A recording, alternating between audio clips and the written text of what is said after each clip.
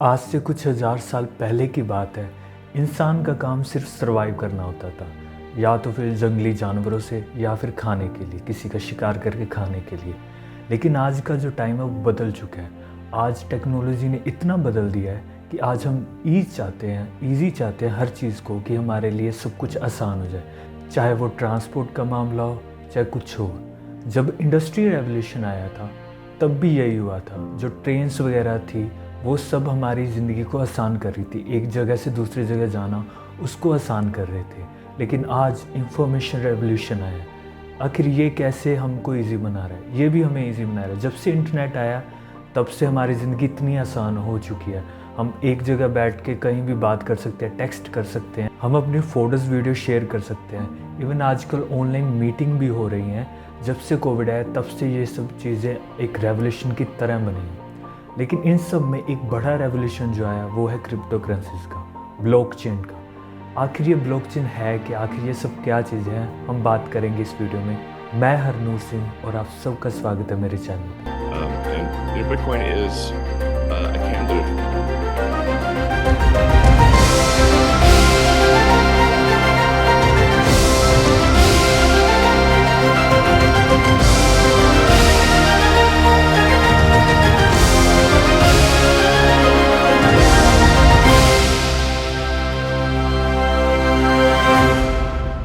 सबसे पहली जो चीज़ आती है कि ये क्रिप्टो करेंसी आखिर है क्या, तो चलो गूगल पे टाइप करते हैं। गूगल ने हमने जो डेफिनेशन दिया वो है कि a cryptocurrency is a collection of binary data which is design to work as medium of exchange. कुछ समझ नहीं आया ना, एक और डेफिनेशन देखते हैं।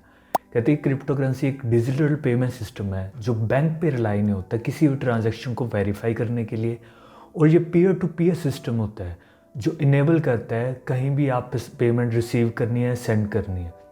और ये डिजिटल वॉलेट में स्टोर होता है, इसकी कोई भी फिजिकल आइडेंटिटी नहीं होती। और क्रिप्टो करेंसी ब्लॉकचेन पे काम करती है जो कि पूरी की तरह डिसेंट्रलाइज है। आखिर ये सेंट्रलाइज और डिसेंट्रलाइज है क्या, इसको एक एग्जांपल के साथ समझते हैं। मान लीजिए आप एक स्टूडेंट है और आपके जो मार्क्स है आपके टीचर के हाथ में है, कि आपके टीचर को डिपेंड है कि आपको 100 में से कितने मार्क्स मिलेंगे। तो पूरी की पूरे जो टीचर है वो सेंट्रलाइज चीज़ होगी कि आप पूरी तरह से उन पे डिपेंड है। वही अगर हम इस चीज़ को चेंज कर दें कि आपकी क्लास में अगर 100 बच्चे हैं, एक तो आप होगे, बाकी के जो 99 बच्चे और टीचर साथ मिल के आपको 100 मार्क्स देंगे, तो ये डिसेंट्रलाइज हो गया। क्योंकि यहाँ टीचर के ऊपर डिपेंड नहीं है आपके मार्क्स। अगर टीचर कम भी देगा, टीचर देगा भी नहीं, 0 भी देगा, तब भी कोई चक्कर नहीं है। अगर वो एक मार्क्स सब देंगे तो ये डिसेंट्रलाइज हो गया, क्योंकि यहाँ किसी एक के पास अथॉरिटी नहीं है।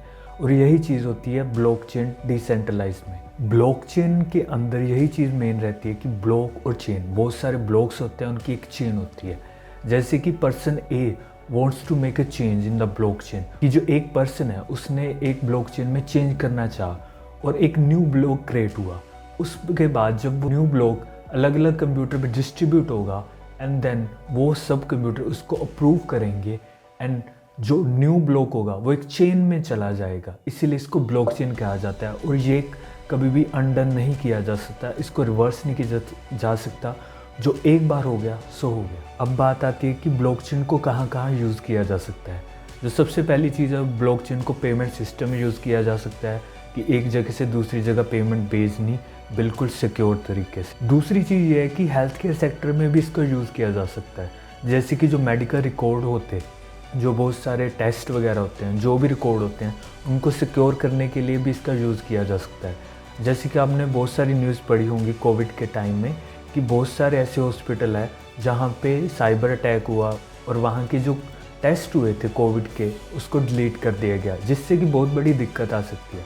मान लीजिए मेजर लेवल पे ये साइबर अटैक हो जाए तो हमें ये नहीं पता लगेगा कि किसको कोविड है किसको नहीं है, तो ये एक मेजर कंसर्न बन सकता है, एंड ब्लॉकचेन इसी को सॉल्व कर सकता है। एंड नेक्स्ट है प्रॉपर्टी के रिकॉर्ड्स में, क्योंकि उनकी ट्रांजैक्शन बहुत बड़ी होती है, इसके लिए भी ब्लॉकचेन यूज़ किया जा सकता है और उनके रिकॉर्ड रखने के लिए भी यूज़ किया जा सकता है। अब बात करते हैं कि ये जो बिटकॉइन है, ये क्रिप्टो करेंसी है, कब शुरू हुई थी, कैसे शुरू हुई। बात 2008 की है, जब फाइनेंशियल क्राइसिस शुरू हुआ था, जिसकी वजह से ये पता लग गया था लोगों को कि बैंक भी डूब सकते हैं। तो सतोशी नाकामोटो नाम के एक ग्रुप ने इसको इन्वेंट किया था। अब वो कौन थे, क्या थे, किसी को कुछ नहीं पता, लेकिन वो कोई सतोशी नाकामोटो नाम के ही ग्रुप थे। तो उन्होंने एक डिसेंट्रलाइज्ड पेमेंट सिस्टम बनाया जहाँ पे लोगों को किसी भी बैंक की वेरीफाई की ज़रूरत ना पड़े, बैंक की ज़रूरत ना पड़े। तो इसलिए ये क्रिप्टो करेंसी बनी थी। 2008 में इसका काम शुरू हो गया था, लेकिन जो लॉन्च हुआ था वो 2009 में हुआ था बिटकॉइन का, जो कि बेयरली $0 था उस वक्त। जो भी इसकी माइनिंग करेगा उसको बिटकॉइन एज ए रिवॉर्ड मिलता था। अब बात आती है 2010 की। 2010 में सबसे पहले फिजिकल गुड्स परचेज किया गया था। फ्लोरिडा में 10,000 माइंड बिटकॉइंस के बदले 2 पिज़्ज़ा खरीदे गए थे उनके लोकल पिज़्ज़ा रेस्टोरेंट में। और यही कारण है कि 22 मई को बिटकॉइन पिज़्ज़ा डे मनाया जाता है। और इसके अलावा जापान टोक्यो में माउंट गोंग्स नाम की एक क्रिप्टो एक्सचेंज का लॉन्च हुआ था, जिसके अंदर आप क्रिप्टो खरीद सकते हो, बेच सकते हो। ये सब चीज़ें शुरू हुई थी 2010 में। नेक्स्ट ईयर 2011 में इलेक्ट्रॉनिक फ्रंटियर फाउंडेशन ने बिटकॉइन के अंदर डोनेशन लेना एक्सेप्ट कर दिया था, लेकिन ये उन्होंने कुछ ही मंथ तक रखा, क्योंकि उस वक्त कोई लीगल टेंडर नहीं था, कोई लीगल चीज़ नहीं थी इन डिजिटल वॉलेट्स के लेकर कि ये डिजिटली कैसे काम करेंगे, इन पे क्या रेगुलेशन रहेगी, क्या इनको मान्यता मिलेगी भी या नहीं।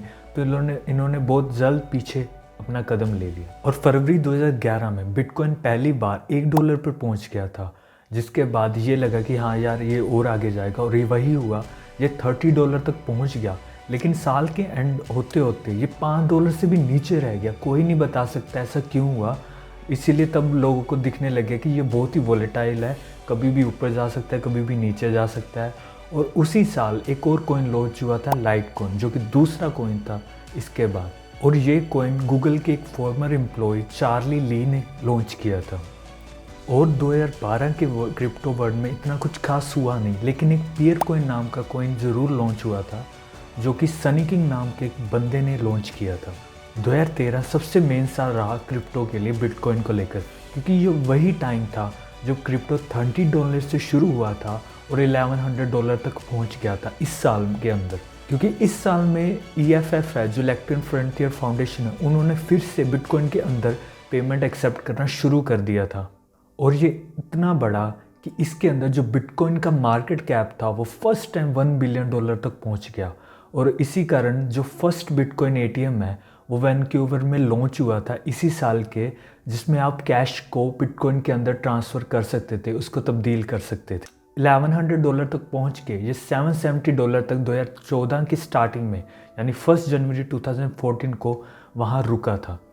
मतलब $13 से शुरू होकर ये एट द एंड $770 तक रहा, जिसके अंदर पीक इसकी $1100 तक। और 2013 में ही फुलर और OKCupid कंपनी ने ट्रांजैक्शन बिटकॉइन में एक्सेप्ट करना शुरू कर दिया था। लेकिन एक फिर जो चीज़ हुई वो ये थी कि जो माउंट गोक्स जो क्रिप्टो एक्सचेंज थी, फर्स्ट क्रिप्टो एक्सचेंज जापान के अंदर, उन्होंने उनकी जो भी ट्रांजैक्शन थी उसको सीज कर दिया था, क्योंकि वो as a money transmitter FinCEN में US के अंदर एज ए रजिस्टर्ड नहीं थी, जिस कारण उन्होंने सारी ट्रांजैक्शन को सीज कर दिया था। और इसी साल ही RBI reserve bank of India ने इसके ऊपर काम करना शुरू कर दिया था, इसको समझना शुरू कर दिया था क्या लोग इंडिया के काम करेंगे, इसमें इन्वेस्ट करेंगे, अगर करेंगे तो क्या करेंगे, क्या हमें ये इंडिया में लाना चाहिए या बैन करना चाहिए या रेगुलेशन करनी। और इसी साल बिली मार्कस और जैक्सन पामन ने डॉजकॉइन लॉन्च किया था, जो कि एज ए जोक शुरू हुआ था, क्योंकि जो बिटकॉइन था उसको बहुत ज़्यादा ऊपर नीचे जा रहा था, स्पेकुलेशन बहुत थी, कभी ऊपर कभी नीचे। तो एज ए जोक उन्होंने करा था, जो कि फर्स्ट मीम कॉइन हुआ था एंड फर्स्ट डॉग कॉइन। और 2014 में ही जनवरी के अंदर the D Las Vegas Casino Hotel and Golden Gate Hotel and Casino, उन्होंने लास वेगास के अंदर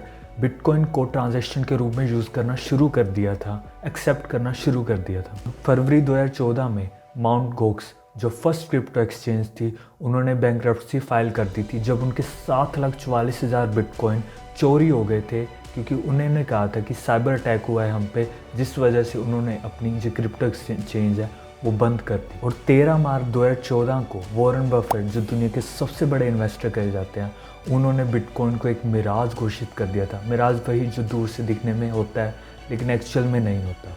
और इसी साल माइक्रोसॉफ्ट ने भी एक्सबॉक्स गेम्स के लिए और माइक्रोसॉफ्ट सॉफ्टवेयर के लिए बिटकॉइन को लेना शुरू कर दिया था, उसको एज ए ट्रांजैक्शन एक्सेप्ट करना शुरू कर दिया था। 2015 ही साल है जहाँ पे इंडिया के अंदर क्रिप्टो में इंटरेस्ट आने लग गया था। इंडियंस को लगा था हाँ यार इसमें कुछ है, बहुत से लोगों की जब तक नहीं पता, लेकिन जो बड़े इन्वेस्टर उनको इसके बारे में नॉलेज आनी शुरू हो गई थी और आरबीआई भी इसके ऊपर काम कर रहा। और फरवरी 2015 में जो बिटकॉइन को लेकर मर्चेंट्स थे जो एक्सेप्ट कर रहे थे बिटकॉइन को, वो 1 लाख तक हो गए थे। और इसी साल जो दूसरी सबसे बड़ी मार्केट कैपिटलाइजेशन कॉइन है इथेरियम, वो लॉन्च किया गया था। और इथेरियम बहुत ही खास है इस चीज़ में क्योंकि बिटकॉइन से बहुत चीज़ें अलग है और बहुत चीज़ें हैं जो बिटकॉइन से अलग बनाती है, जैसे कि उसके हमें फाउंडर का पता है कि हाँ ये बंदा है, वो काम कर सकते। 2016 में भी एक बिटफाइनेक्स नाम की क्रिप्टो एक्सचेंज थी, वो भी हैक हो गई थी और उसके 1,20,000 बिटकॉइन चोरी हो गए थे, अराउंड $60 मिलियन। 2017 एक बहुत ही खास साल रहा क्रिप्टो की दुनिया में क्योंकि यही टाइम था जब $1,100 से शुरू हुआ था जनवरी में बिटकॉइन, लेकिन वो एट द एंड $20,000 तक पहुंच गया, जो कि बहुत बड़ा अमाउंट होता है, जो कि 20x टाइम्स था। क्योंकि इसी साल बहुत सारी कंट्रीज़ ने इसको लीगली करना शुरू कर दिया था, जैसे कि जापान ने इसको लीगल कर दिया था कि हाँ इसके अंदर ट्रेड करना, ट्रांजैक्शन करना ओके है। और रशिया ने भी बिटकॉइन को लीगली करना शुरू कर दिया था और कह दिया था कि आप इसको लीगली यूज़ कर सकते हो। और ये सब चीज़ें होने के बाद न्यूज़ के अंदर बिटकॉइन आना शुरू हो गया था, क्रिप्टो करेंसी आनी शुरू हो गई थी। आम पब्लिक थी वो इसमें इंटरेस्ट ले रही थी कि आखिर क्या है, इस चीज़ को समझना चाहती थी। और यही हुआ कि रिटेल इन्वेस्टर थे वो इस टाइम फर्स्ट टाइम 2017 में इसके अंदर इन्वेस्ट करना शुरू कर दिया था उन्होंने। और जो एक थिंकिंग थी कि बिटकॉइन एक स्कैम है, वो स्कैम से चेंज होकर ग्रेटेस्ट थिंग एवर, कि इससे बड़ी चीज़ और कोई नहीं है, ये एक रेवोल्यूशन है, उसके अंदर तब्दील हो रही थी। फरवरी में आरबीआई ने एक प्रेस रिलीज़ करी थी और उसके अंदर उन्होंने कहा था ये स्पेकुलेशन से चल रहा है कि कभी भी ऊपर जा रहा है, कभी भी नीचे जा रहा है, तो एक स्टेबल नहीं है। अक्टूबर नवंबर में 2 PIL सुप्रीम कोर्ट में रजिस्टर करेगी कि या तो इसको बैन किया जाए या इसके ऊपर रेगुलेशन किया जाए। 2018 में जो साउथ कोरिया है उन्होंने भी इसके ऊपर रेगुलेशन करना शुरू कर दिया था। उन्होंने ये कहा था कि कोई भी बंदा अगर बिटकॉइन ट्रेड कर रहा है उनको अपनी आइडेंटिटी रिवील करनी होगी, बताना होगा, लेकिन अगर कोई नहीं बताएगा तो उसकी सारे भी जो बिटकॉइन है उसको अरेस्ट किया जा सकता है। जो ये सब रेगुलेशन उन्होंने लाई थे। और 24 जनवरी 2018 को स्ट्राइप नाम की एक कंपनी ने कह दिया था कि हम लोग इससे बाहर जा रहे हैं, हम लोग इसके अंदर कोई ट्रांजैक्शन नहीं कर रहे। और अगले ही दिन जॉर्ज सोरोस ने ये कह दिया था कि बिटकॉइन एक बबल है, जो कि बहुत बड़े इन्वेस्टर माने जाते हैं। और ये सब होने के बाद जो बिटकॉइन है वो 50% से नीचे चला गया और आरबीआई ने भी इसके ऊपर रिस्ट्रिक्शन लगानी शुरू कर दी थी कि बैंक इसमें काम नहीं करेंगे, कोई ट्रांजैक्शन नहीं होगी। ये सब चीज़ें देख के जो इंडिया की क्रिप्टो एक्सचेंज थी उन्होंने पिटीशन फाइल करी सुप्रीम कोर्ट के अंदर कि कृपया इसके ऊपर ध्यान दिया जाए।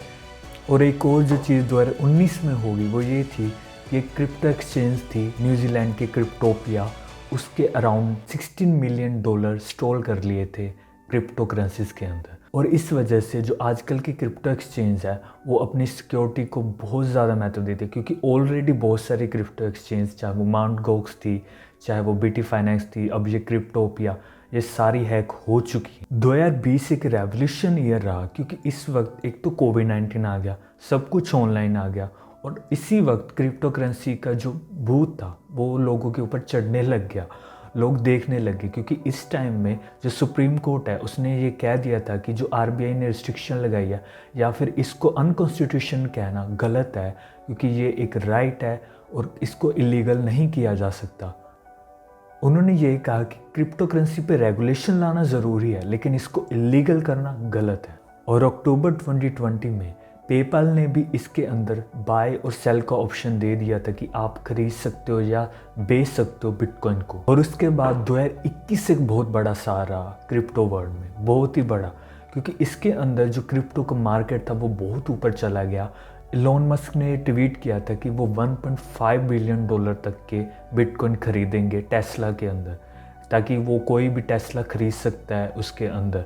लेकिन ये तब चीज़ें होगी, तब बिटकॉइन नीचे चला गया, सारा क्रिप्टो वर्ल्ड तब नीचे चला गया जब उन्होंने ये ट्वीट किया कि अब हम इसमें नहीं कर रहे क्योंकि ये इन्वायरमेंट के लिए सही नहीं है, इसके अंदर बहुत ज़्यादा एनर्जी चाहिए इनको माइन करने के लिए, वजह से पोल्यूशन बहुत ज़्यादा हो रहा है। उस वक्त बहुत लोगों को लग रहा था कि शायद अब बिटकॉइन ना चढ़े, लेकिन वही बात है, वॉरेन बफेट का एक क्योट है, be brave when others are afraid and afraid when others are brave, कि जब सब इन्वेस्ट कर रहे हो तब थोड़ा सा डरना ज़रूरी है, और जब सब डरे हुए हैं तब इन्वेस्ट कर दो, तब उसके ऊपर डेफिनेटली रिटर्न्स मिलते हैं। और बहुत से लोगों ने इस चीज़ का फ़ायदा ज़रूर उठाया।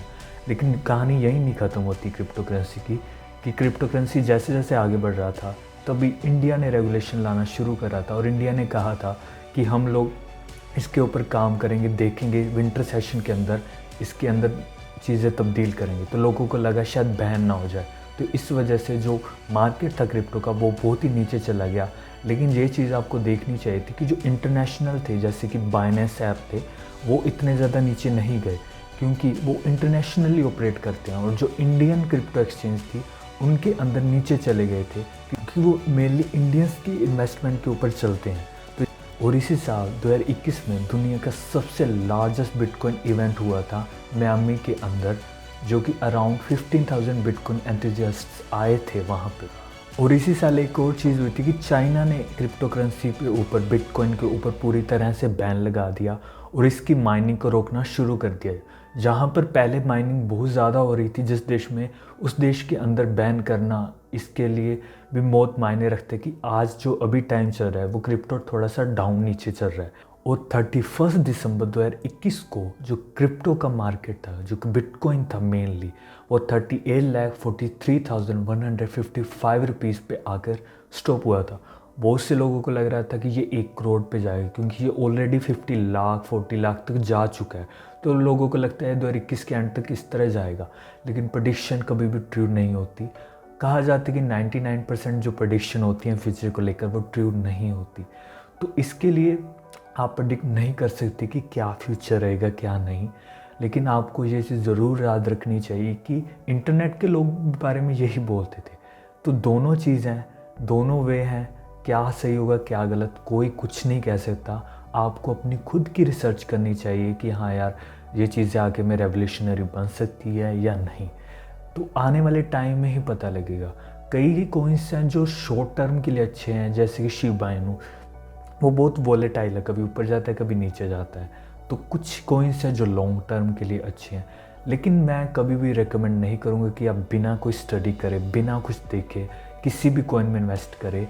मैं खुद अब बिना किसी स्टडी के अलावा नहीं करता जब तक उस कॉइन के बारे में जान ना लूँ, क्योंकि बहुत सारे ऐसे केस हुए। कोई एक स्क्विड गेम कॉइन भी आया था, उसके अंदर लोगों ने इन्वेस्ट करना शुरू कर दिया क्योंकि हाइप हो रहा था, लेकिन उसका कोई यूज़ नहीं था और वो एकदम से नीचे चला गया और सारे के सारे पैसे डूब गए।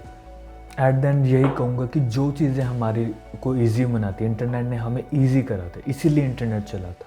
अगर ये क्रिप्टो ये सब चीज़ें लोगों की ज़रूरत होगी, हमारी लाइफ को ईजी बनाएंगे, तो डेफिनेटली ये चलेंगे। और आने वाले टाइम को कोई प्रेडिक्ट नहीं कर सकते कि कौन कितना चलेगा। कभी कभार होता है कि जो ट्रेंड चल रहा है, ट्रेंड हमेशा ऊपर रहता है, लेकिन जैसे जैसे वो चीज़ें नॉर्मल हो जाती है वो नीचे आ जाता है। जैसे कि इंटरनेट का प्राइस पहले कितना था, लेकिन जब से इंटरनेट पूरी तरह अवेलेबल हो चुका है, जियो आया था, तब से ये पूरी तरह से कितने कम रेट हो गए हैं इसके। तो ये सब चीज़ें आपको देखनी पड़ेंगी। तो इसी के साथ इस वीडियो को समाप्त करते हैं, मिलते हैं नेक्स्ट वीडियो में, तब तक के लिए बाय बाय।